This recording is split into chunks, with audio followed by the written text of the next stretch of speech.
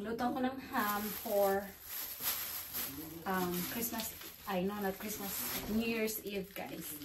So, ito yung ham na bone-in. Bone-in ham.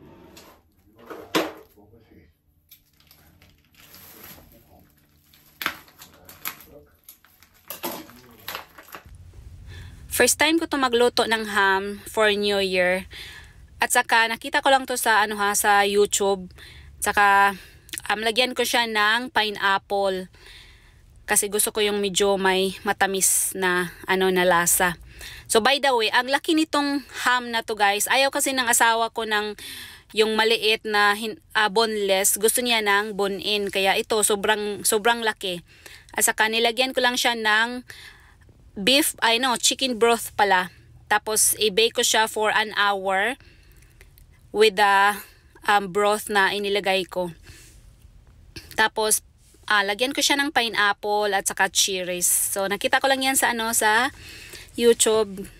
So, tingnan natin kung masarap ba siya. And, by the way guys, ibang-iba talaga dito ang New Year kasi hindi kasing lively dyan sa Pilipinas. Dito, parang normal day lang talaga yung New Year. Yung regular day na, buhay ng tao. Whereas dyan sa Pilipinas, naku, napaka-bibo at saka ang saya. And nagluto din ako ng potatoes or baked potatoes para naman, pares ng aming ham. So ito lang lulutuin ko guys, baked potatoes, tapos ham, tapos gagawa din ako ng bread, tapos yung beans. Yun lang ang handa ko for New Year kasi kami lang namang tatlo Ito ngang ham, napakalaki nga nito. Hindi nga namin maubos. Oh, by the way, i-bake ko na yung potatoes. And next is the bread. Itong bread guys, nakita ko lang talaga ito sa TikTok na recipe at saka napakasarap. So, binabalik-balikan ko talaga na paggawa kasi si Fiona is gustong-gusto din niya. At saka kung naman yung mga ginagamit mo na ingredients, hindi naman masama pag healthy yung mga ginagamit mo. So ayan, pakanta-kanta pa yan kasi para naman lively ang ating New Year. By the way, every New Year's Eve, pupunta kami ni Habi sa sa bar mag-inom. Hindi naman talaga lasing na lasing. Yung get drinks lang ba. Tapos this year, hindi kami nakapunta kasi may work ako kinabukasan. Tapos ayaw kong mag-absent ng dahil lang sa pumunta kami sa bar. Kaya yun, dito na lang kami sa bahay nag-inom. Bumili din ako ng drinks para sa aming dalawa. At saka, yan, natulog muna. Galing ako sa work, natulog ako. Tapos, sabi ko, mamaya ko na lang ito lulutuin kasi madali lang naman. Hay nako, anong madali na ang dami ko palang lulutuin. Kaya medyo, medyo late na yan. It's around 8 o'clock na yan guys, in the evening. Kala ko kasi yung pagluto sa ham is only 1 hour. Yun pala, aabot sa almost 2 hours yung, yung pagluto sa ham. Kasi napakalaki ng ham na binili ko. So, ayan na. Ayan na guys, ang mga handa ko. Ang ham, malapit na siyang matapos. Then, nilagay ko na lang yung aking bread. And let's wait.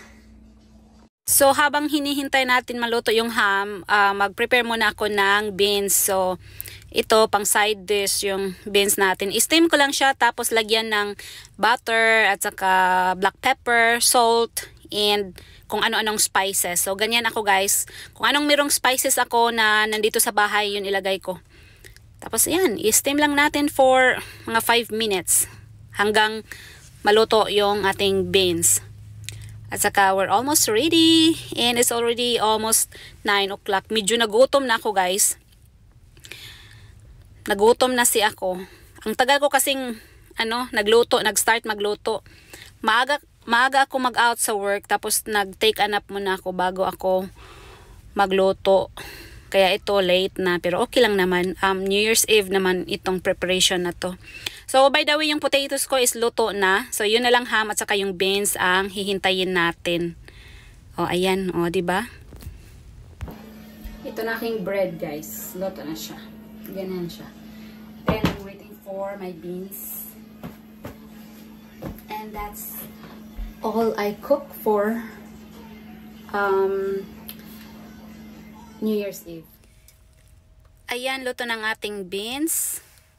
Lagyan lang natin ng mga spices. Nilagyan ko na siya ng butter. At saka lagyan ko pa talaga yan ng butter. Kasi yung asawa ko hilig na hilig sa butter. O, ayan, seasonings. So, i-mix lang siya, guys. And, Happy New Year sa lahat.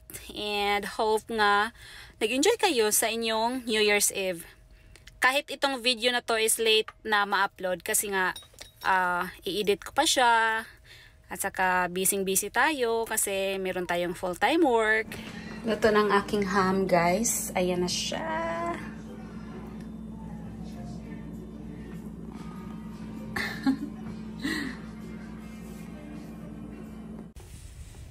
So, ito na ang aking handa for New Year. May ham, may beans, may baked potatoes, at saka yung bread, at saka yung mga prutas natin, bilog na prutas, at meron din akong strawberry float.